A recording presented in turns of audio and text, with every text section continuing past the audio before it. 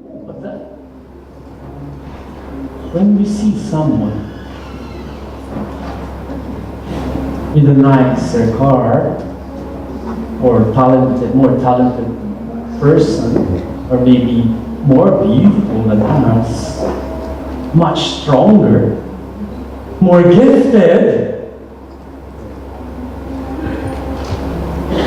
or more richer, or when we see someone greater, better than us, we feel. Not sometimes, instead of focusing on our own lives, we often feel inferior and discouraged. Oh, it's only you, Pastor, not me. It's only you, Pastor June. I'm not the type of person. When you see someone better and greater than me, oh, I just pray for them.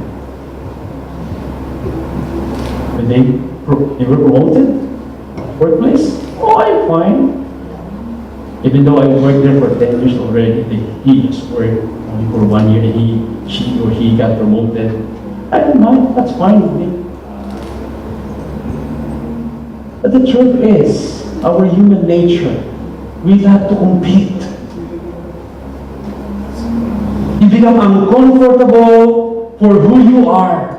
I need to catch up to them. I need to compete with them. I need to be better. I need to do better than this person, than my classmate, this person, this workmate of mine. I need to be better than them. You know what? For the book of Genesis, if you read your Bible, let me tell you, competition is very real. It started from the book of Genesis. If you're going to read the book of Genesis, one of the themes of the Genesis is about competition. Who knows Cain and Abel?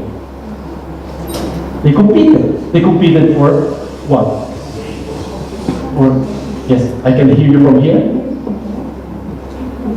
So, Cain and Abel, they competed for what? For God's attention. You see? Even for God's attention, people really compete. Cain and Abel.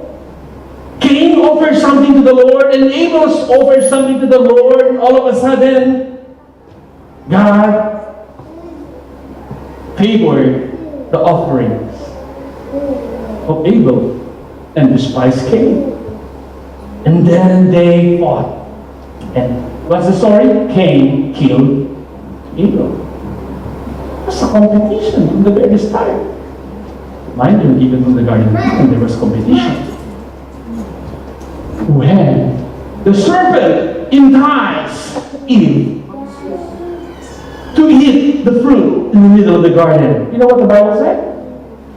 The Bible said Eve was with her husband. Meaning to say, while the serpent was talking to Eve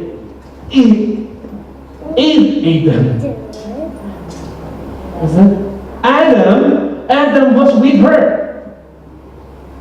Maybe at the side or at the back. But who talked to the serpent? The woman. Who was given the command? To whom the command was given? To Adam. But who talked to the serpent? Who ruled? Who took the initiative? The woman. See? There was a sense of competition even to the Garden of Eden. There's so many, I know you know your Genesis, there's so many competition happened in Genesis. There was Sarah and Hagar. They competed who's more important in the family because Hagar had the baby first than Sarah. Right? They competed for Abraham. Jacob and Esau. They competed for what? They competed for the firstborn blessing. See, from the very beginning, there were so many competition happened. Jacob and Laban, flocks and Rachel and Leah. There was a competition for Joseph. Joseph and his brothers. You know the story, right? They fought And they competed for their father's attention. And even today, there were so many competition happening. We have that kind of mentality. We have that kind of human nature, siblings. Who's competing with their siblings? Who's competing with their brother, their sister? That's only you, Pastor June, not me. Other classmates or young people that were there. Are there any students here? You like to compete. How about your workplace? Your workmate? You would like to compete. Oh, he's better than me. Oh, he came earlier. Me, I should have got early tomorrow. I need to beat him. I need to beat him. How about the church? Oh, he's the favorite of the pastor. He's always there. He's given a chance. How about me? So, sense of competition happening. We inherited that from the day the seed was born. I need mine and myself. I need that. I need the bigger thing. I need a better thing. I need a bigger house. I need a faster car. Oh, yes. But I would like to direct your attention also in the book of Genesis, where there was a competition between Abraham and Lot. Who knows Abraham? He is the father of our faith. Who knows Lot? Lot is his nephew. From the very beginning, they started from Ur, when God called Abraham to go to Canaan. To make the long story short, when they arrived at Canaan, from Egypt to Canaan, Ur, Canaan, Egypt, going back to Canaan, they became wealthy people. Abraham became wealthy, and Lot became wealthy. So what about that, Pastor Jim? And when they arrived, Canaan, because they were wealthy, the basis of richness during the time is not about money, it's not about bank account, it's about flocks, about sheep. So when they arrived from Egypt, they came to Canaan. They were wealthy people with so many sheep, flocks with them.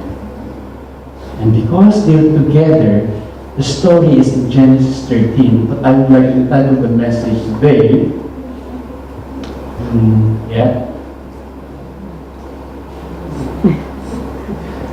Chloe, can you help me here? Yeah, that's fine, because she is an intern. First time she's doing this. Well done, Chloe. So, I would like to entitle the message today, Living in a Competitive World. We need to live in this world without the world living in us. Yeah, there's competition going on here. Okay? Thank you, Lord. Huh? Yeah, should be alright. Yeah, there you are. And living in a competitive world. Okay? Who would like to learn how to live in a competitive world? Whether you like it or not, you will live in a very, very competitive world.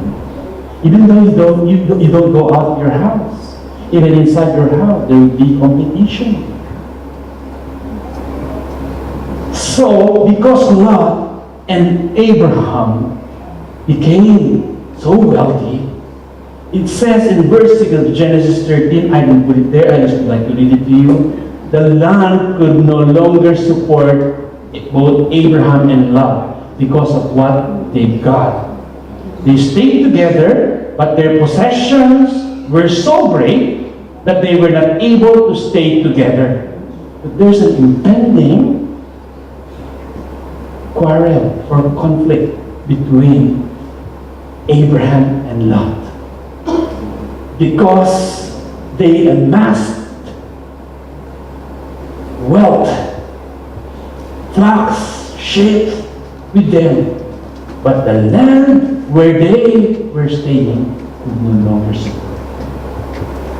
So In verse 8 it says there, so Abraham said to Lot, let's not have any quarrel between you and me. Abraham said to Lot, between your herders and mine, for we are close relatives. Okay? So can you sense here the type of personality Abraham? Let me tell you that Abraham was the uncle, Lot was the nephew. So who's more powerful? Of course, Abraham. He said to his nephew, let's not quarrel between you and me and between your herders of mine, for we are close relatives. They are close relatives. So even close relatives, you are not exempted of conflict or quarrel or competition. Of course, just close relatives, even inside the house, there are competitions. Even siblings, or even husband and wife. Do you compete with your wife? Oh, I've got more money than you. How much money? Oh, we have one money. It's only. So anyway, just few people. We share bank accounts. We share everything. We share our bed. That's why we need to share our money. Do you share your money with your husband and wife? With husband and wife? No, it's another topic. This could be a very, very touchy though. But yeah, me and my wife, we have one bank account. Okay? And we have one bed as well, in one room.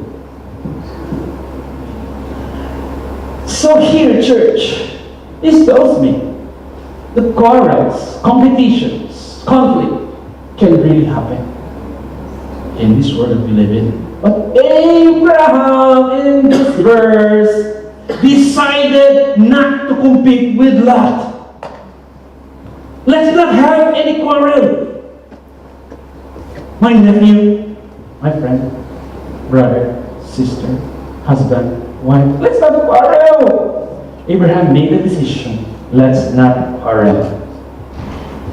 Let's make a decision not to compete.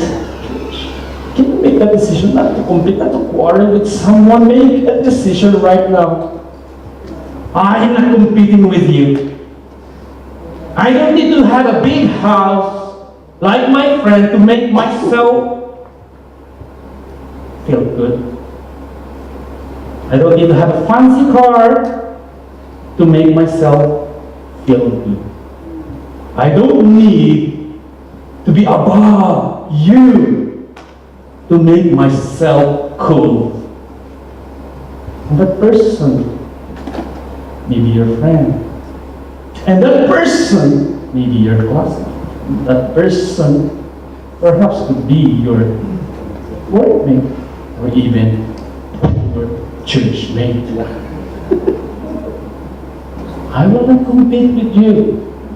I'm making this decision. I won't compete with my siblings. I won't compete with my parents. I will not compete with my spouse. It took humility for Abraham not to compete. He has the power. He is older, but it took humility. You know what? In order for you to live in this very competitive world, first point that we would like to learn from Abraham is you have to live in humility. It takes humility for Abraham. This is what he said. Is that the whole land before you? This is what Abraham said to Lot. Let's part company, because we are already so huge and we cannot really, this land can no longer support us. Let's part company. If you go to the left, I'll go to the right. If you go to the right, I'll go to the left. Wow, can you do that? Hey, Lot, pick what you want, and whatever you don't want, I will take. Can you? I want chicken thigh, thigh part. We are going to fight for it. Also the belly of the of the fish. I love that. I remember when we were young, we had fun fighting with my sibling. I want this. But Abraham, in this text, I'll take whatever you don't want. I'll take whatever you don't take.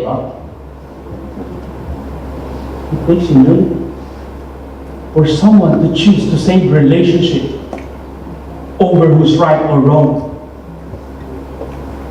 Are you willing to step down? Are you willing to eat your pride just to save your relationship?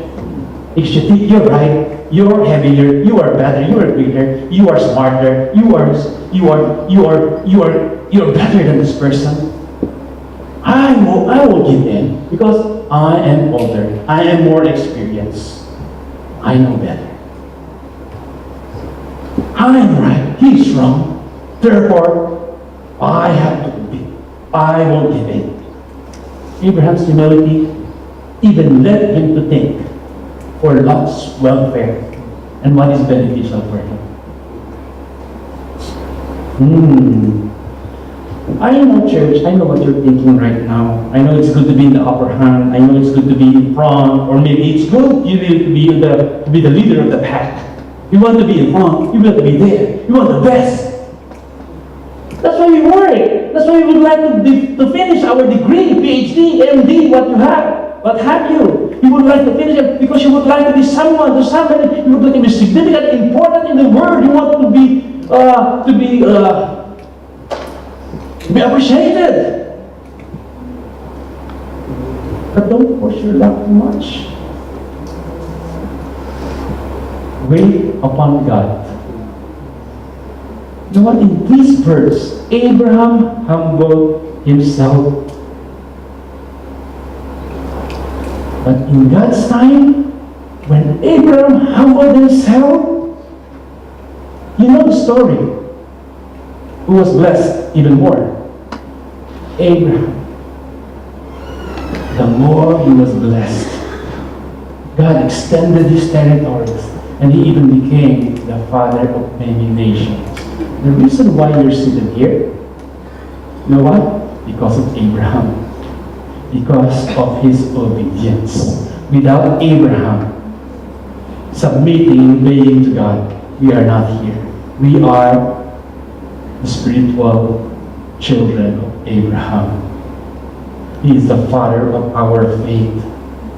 The Bible will always be true to His word. If you humble yourself under God's mighty hand, He will lift you up in due time. That's what God did to Abraham.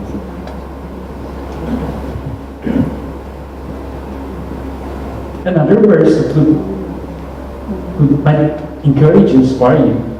God opposes the proud and gives grace to the humble. The point is, in this world that we live in, it is so competitive at work, at school, in the community where we live in. I'm telling you, church, we cannot get out. We cannot really get ourselves from any competition. But how to live in that competition will help you face life with more confidence and victoriously. I'm telling you, live in humility. God will lift you up in due time. I know. You want something better. You want something bigger. You want to be ahead of someone. I know that. But God has His own perfect time for you. Is Pastor John, is that the way God works? Should I always be the here waiting and they're already ahead of me? I know what you want. I know what you need. But God knows better. God knows better. Jesus Himself humbled Himself just to reconcile us. What I'm trying to say here, this competitive world will always be here. But let us live in humility, knowing that we have the God who promised us in His perfect time. you will reap the harvest. Amen? So that's the first point. Second point, how to live in this competitive world? Let's learn again from Abraham and Lot. So there, live not in the flesh. So let's continue reading the story. It is very, very amazing and very mind-boggling is why Abraham allowed Lot to choose first. Then Lot indeed chose first, because that's what Abraham said. He just followed, and this is the story. Lot looked around and saw. I would like to give emphasis on this later on, because I'm going to touch it again. Lot looked around and saw. Wow. Okay, so go to the left, go to the right. We go to the right, go to the left. So now I'm going to look around, and Lot, his nephew, looked around and saw the whole plain of the Jordan towards Zoar was well watered. You know, sheep, their herds. It is a plain land. So he saw the Jordan, well watered, good for my sheep, good for my animals. This is great. This is good for me. And not only that, when Lot looked around and he saw, it was like a garden of the Lord. I don't know what they were referring to. Maybe the Garden of Eden. The garden of the Lord. That's what he saw. And not only that, he saw the light. It was like the land of Egypt. Because Egypt, they were prosperous. Maybe the place was prosperous. This was before the Lord destroyed Sodom and Gomorrah. You know, Sodom and Gomorrah. It's a wicked place where God saw the wickedness of the people when he destroyed it. So Lot chose for himself the whole plain of the Jordan except towards the east. And they parted together. Abraham lived in the land of Canaan, though Sodom and Gomorrah was also part of Canaan. It's just that this verse tells that Abraham lived in the land of Canaan because Canaanites was living on that area. That's why the writer of this book specifically tells us that Abraham lived in the land of Canaan. Okay? Remember, they were already in Canaan. Okay? Sodom and Gomorrah, plain of Jordan, that's part of Canaan. So they're both in Canaan. It's just Abraham specified that he lived in Canaan because of the Canaanites who lived in Canaan. Oh, confusing? It's fine. While Lot lived among the cities of the plain and beach, he stands near Sodom and Gomorrah. Sodom were wicked and were sinning greatly against the Lord. What do you want to say about this, Pastor June? Lot saw the whole plain of Jordan. It was good for his flocks. Imagine when he saw the well-watered place like the Garden of Eden. He was so excited about it. In this competitive world that we live in, we want bigger things. We want the better and newer. We want that. Who doesn't want that? Who doesn't want better, newer, or bigger things? I want that as well. But let me tell you, that all things that are bigger, better, or newer can be automatically good for us. If better, newer, nicer is, could automatically be a good thing for you. So Lot would be in the right place in the situation. Oh, there they are. I can see our young people coming. But let me tell you, even Eve, who saw the fruit so good, she was deceived. Not all things, not nice things, not bigger, not all greater things can be beneficial to us. Alright? But in this world that we live in right now, in a very competitive world, where being great is being magnified or being appreciated, we tend to give in to those things, sometimes because of our nature to compete we tend to live according to the pattern of this world. We would like to acquire this, acquire that, because that's what everybody's doing. So this is good on my eyesight, this is good for me, it smells good, it is so good, therefore I would like to acquire that. The same way these people around me is acquiring. So I remember my wife, when she was working at Dunkin' Donuts, first job, 2006. She was asked so many times to become store manager.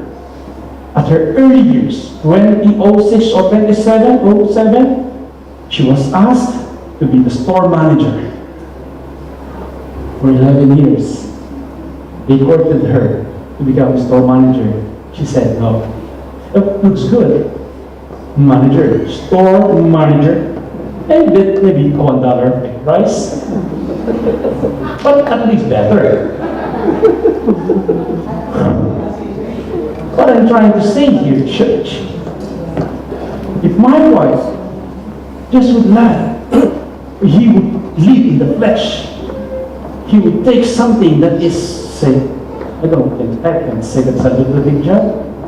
Maybe a better position, store manager, than ship manager. Okay? What I'm trying to tell you is, there was an opportunity for her to become store manager for 11 years. And many people really diving for it. That's she said, no, I don't want that. It sounds good, right? It looks good. Somehow, store manager. In $1 better pay than ship manager. But it wasn't good for our family, and it wasn't good for her Christian walk. She needs to walk, she needs to work Saturday and Sunday. That's a no-no for us. Saturday and Sunday is for our family and for God. Okay? So I tell my kids, do not take any career that would give you Saturday and Sunday. It's just a suggestion. I'm telling you, not to work on Saturday and Sunday. Come on, don't get me wrong here. It's only me. Yes, do not take any career or any course that would lead you to a Saturday and Sunday work. Because that's for your family. You're working for who? For your family. Where did you spend your time? All the time at work. When you're working for your family cannot really enjoy your earnings. If you would just spend all of your time at work, overtime. That's why she has settled as a shift manager to $15.50 per hour. Right? That time, now $16.50.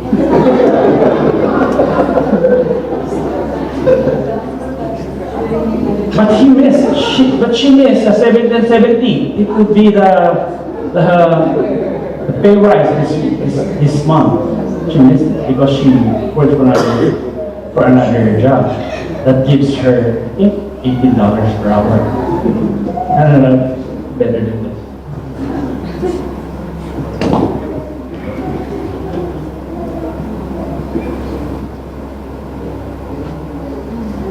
Many times we would like to compete with others. That's why we would like to have a lucrative job. Even if it means sacrificing our family. Church.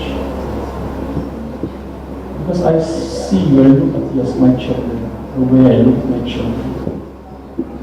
You could spend more time with your family. It would be awesome. Family is the best gift.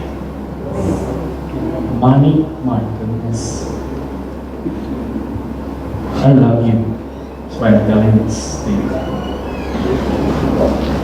We are tempted to buy expensive cars, houses, holiday, because we want to compete with everyone else. Oh, the man is Hawaii, I need to go to Hawaii as well.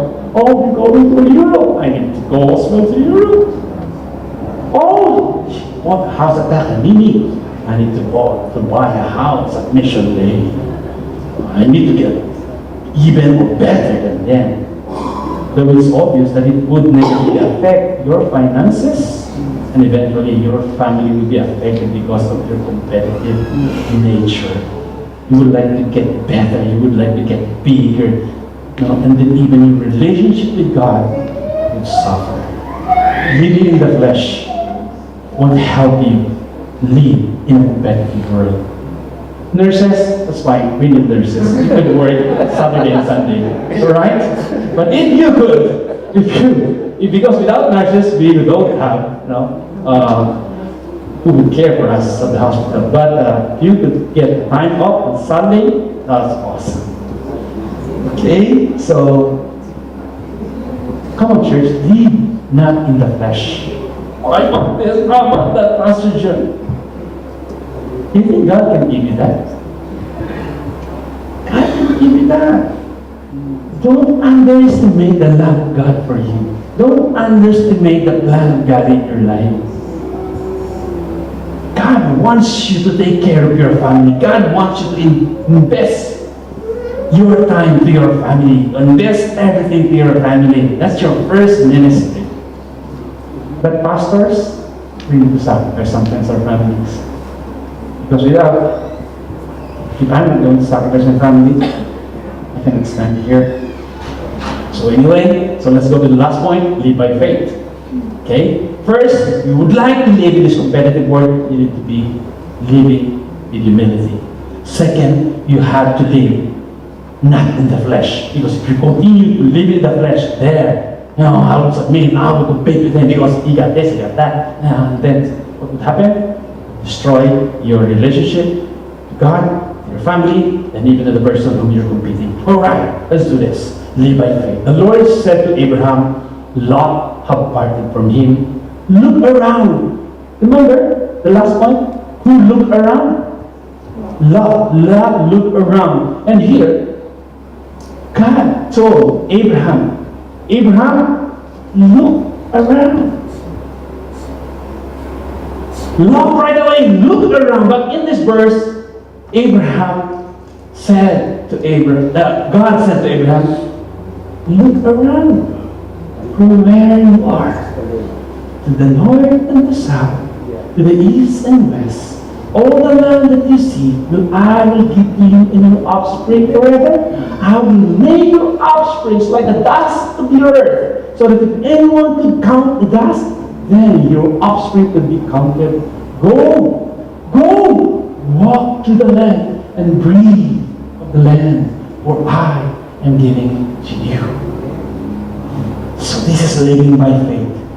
We are tempted to compete with the world and go with the slow. Because everybody is doing it, I will do it. If you will not compete with the world, you will be left behind. You'll have a bigger house and you will remain empty. If you will not compete with the world, they will just laugh at you. Oh, look at this guy. He's been there for so long. What happened? I'm here on top of the world. Therefore, compete!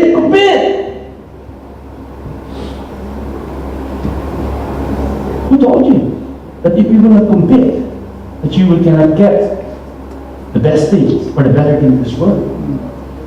Who told you that? Did Abraham compete in this text, this verse? No, he didn't. He did.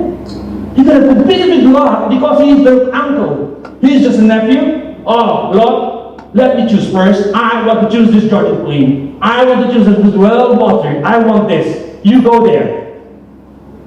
I'm here. I'm going to compete with you. I'm more powerful. I'm older than you. I need to be the right. I have the right to choose whatever I want. You listen to me. I'm your boss. I'm your mom. I'm your dad. I'm the pastor. You listen to me. I need to compete with you. I'm your life leader. You're just a member. You listen to me. We're going to compete. Abraham would compete, but he did. Surely he did compete with Lot. The Word says, the Word dictates us. Compete, compete, compete, compete. Or else people will take advantage of you. Or else people will become better and bigger and educated than you. You will not compete. That's how the world lives. There's nothing wrong with that. But if these things would just rule us, would drive us, that's difficult. But Abraham, in this verse, didn't compete. He lived according to what the Lord said. That's faith. Abraham, look around. From where you are to the north, to the south. Look around. Lot chose based on what he saw. But Abraham would choose based on what God showed him. But these things that he saw is not yet on hand. It's not yet there. So it's just a promise. That's why he needed to live by faith. Now let me tell you, church, my beloved brothers and sisters, Life Expression Church, look around for where you are. Look around. What do you see? Who do you see? Your husband. You even claim on him right now. See, you're seated with this great people, bunch of people. Look around. I hope that the people around you, they're not people who you don't like. I'm saying, church, look around. There's so many things God gave us that sometimes we really choose to appreciate them. Do you see your spouse? Or maybe you don't have a spouse. Do you see your friend right now? Are they enough? Look at your family. When you wake up in the morning, look at your friends. Look at your brothers and sisters in Christ. Look where you are right now. I'm sure you are better than before. You are growing. You are loving. You are more patient. Look, you are in New Zealand, most of us. Except our three brothers here who lived here for started their lives here. God brought you this far. In New Zealand. I know some of you are still waiting for your PR or work permit, but still you're in New Zealand. Many people are really dying to come here in New Zealand, selling their caravans, their behind, just to come in New Zealand. But you're here. My goodness, you, God brought you this far. What are you? What makes you sad? What makes you so fearful, doubting? But I want this, Pastor June. I want more. I want those. Just my neighbor. I want those things. Come on. Just don't appreciate what you have right now. Remember, this verse tells us that all the things that God showed and said to Abraham, it is still unrealized. It's not yet on his hand. He didn't even see some of it. It's just a promise. But he needed to live by faith. Therefore, church, it is a call for us. In this competitive world where we live in, we need to live by faith. Can you just live by faith and trust God for what you need or what you don't have at the moment? I don't have that, I need that. You don't have right now? Yes, that's fine. Can you just trust God and live by faith for that? And do not force yourself too much to get those things, and you even sacrifice your life, your health, your family, your relationship with God. God said, go walk. Go walk. Go walk. For I am giving it to you. It's living by faith. Abraham didn't see that, but God said, go walk. to the land, the grid of the land. Where? I can see it. Yes, I can see my promotion. I can see my pay rise. I can see my boyfriend, my girlfriend. I can see my child. I can see my future. Yes, that's why we need to live by faith. In this competitive world, stop living in the flesh. I need that right away. You may not know what the future is, like Abraham. Just go and continue to walk by faith. Your friends are getting successful. I know that. Your workmates are getting the appreciation. I know that. All your contemporaries are already settled in life. And they even bought a house. That's fine. That's fine. I know that, my son. All other ministry around, they are advancing and they're growing. How about your ministry? I know that. God knows that. Just walk faithfully while others are prospering. Just walk faithfully in your own path, in your own race. You have your own race to take. Live by faith. Wait upon God. Don't compete. But live by faith. That God will give you the promotion if He wants to. By faith, God can give you a house if He wants to. Yes. Just do what is right and be driven by His Word and not by envy and not by jealousy. Be driven by the Word of God. Can I call JC, Marco, Jeremy? No, Moses. No. I have Moses here. Moses, can you please... So finally, we are here in the last verse here. So Abraham went to live near the great trees of Mamre at Hebron, where he pitched his tents. There he built an altar for the Lord. Some suggest that Abraham worshipped the Lord at the altar for the peace he gained between him and Lot, that they did quarrel. Some suggest that this verse didn't really tell us what the exact prayer or what really Abraham did at the altar. But Abraham was always like that. He always built an altar wherever he went during his time.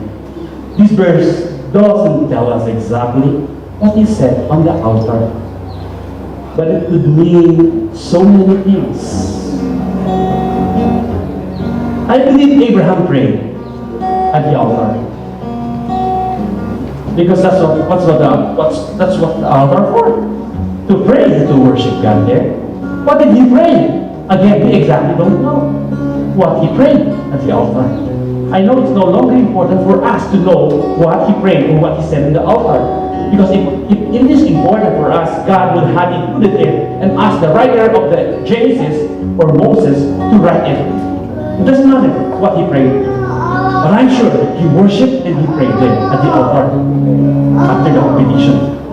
After he settled, after Lot was settled and he was settled, he prayed. The content of the prayer is none of my business. It's none of your business. One thing for sure, he prayed and he worshipped God. I would like to suggest that Abraham prayed thanksgiving.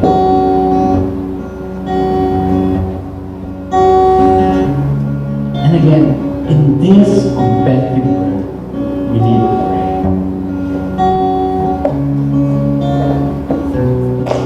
When you are in competition, when you are having friction, conflict, or misunderstanding with somebody, pray for them. When you are in conflict and you would like to get even, to get better, to be greater to this person, and you're so jealous, you envy him or her, even inside the house, community, at workplace, even in church, in your life group, in your ministry, if you see them better, greater than you, just pray for them. Pray for them. Pray for them, even for those people whom you're in conflict with, who misunderstand you, who's hurting you. Pray, pray, pray, pray, Pray, pray, pray. Don't pray that God will send a lightning to strike them dead. No, it's not that. What I'm saying. Ask God to bless that person. Come on, Pastor Jude. He was already blessed. He already got the promotion. He was already appreciated. And I'm going to pray for her, for him, to be blessed. Come on, that's insanity. That's what the Bible said to us. To pray for your enemies. Perhaps that person is having a bad attitude because of the difficulty he's experiencing in life. And your prayer could make a difference over her life. If you pray for the person who received bonus, who got the new job, who got his visa, pray for them more, Lord, more blessing. Is that what you would like me to do, Lord? Your prayer can make a difference. Are you serious, Pastor? Yes, I'm sure. Think of the person right now who you're competing with. Pray and bless the person. The person already got promotion instead you. Pray for him. This person is competing with you, annoying you. Pray for the person. I am serious. Yes, pray. Pray for the person who's always being appreciated. Pray for the person who's competing always with you, always competing with you. Pray, pray, pray, pray, pray. Prayer may not change that person. Prayer may not change your situation. And you would always be the second best. But let me tell you this, prayer can change you. When you pray, the attitude of that person may still the same for after 10 years. Your situation is still the same for 5 years. But you know what changes? Yourself. You know how to handle competition. You're more loving, you're more patient, you are more loving. It will change people. If you pray, that will change your heart. Why I'm telling this truth? Because there will always be competition in the world. Because there will always be people better than you. You would always find people who would disagree with you. There will always be competition in life, no matter what. You cannot avoid it. But how many more relationships have to suffer? How many more families have to be shattered because of competition that leads to conflict? Jesus already suffered and shattered for those conflict, for misunderstanding, for those competition. He could have competed with the human kings. Roman soldier, when he went down here and he became flesh, he could have competed with them, and then he could even ask the angels from heaven to kill all those soldiers. He could have competed with them. But he didn't choose to compete.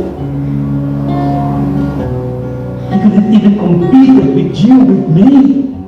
And instead of he being crucified, if he would like to compete with us, he would crucify you. He could do that. But he didn't choose to do that. What he did was he came down and became flesh and became a servant for us. And he humbled himself. He didn't live in a fleshly world,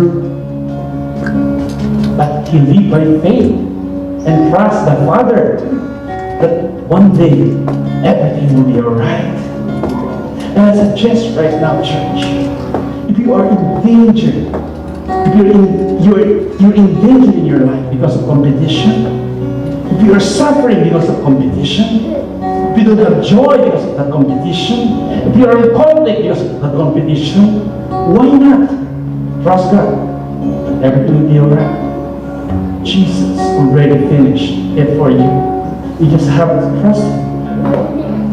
Instead of competing, why not just live by faith and ask God to help you to fight the battle. Okay? You don't need to be graded with other people. Make yourself feel important because you're already important. You don't need to be in high status to feel accepted because you're already accepted. Thank you, Lord. I believe you're ready to face competition in this world because Jesus is in you. Amen. Thank you, Lord. Thank you, Jesus. Thank you. Father, I thank you, Lord, that we can live in this world without the Word living in us. We will not live the way the Word lives, but we are going to live according to what the Word says, and we are going to live by the faith.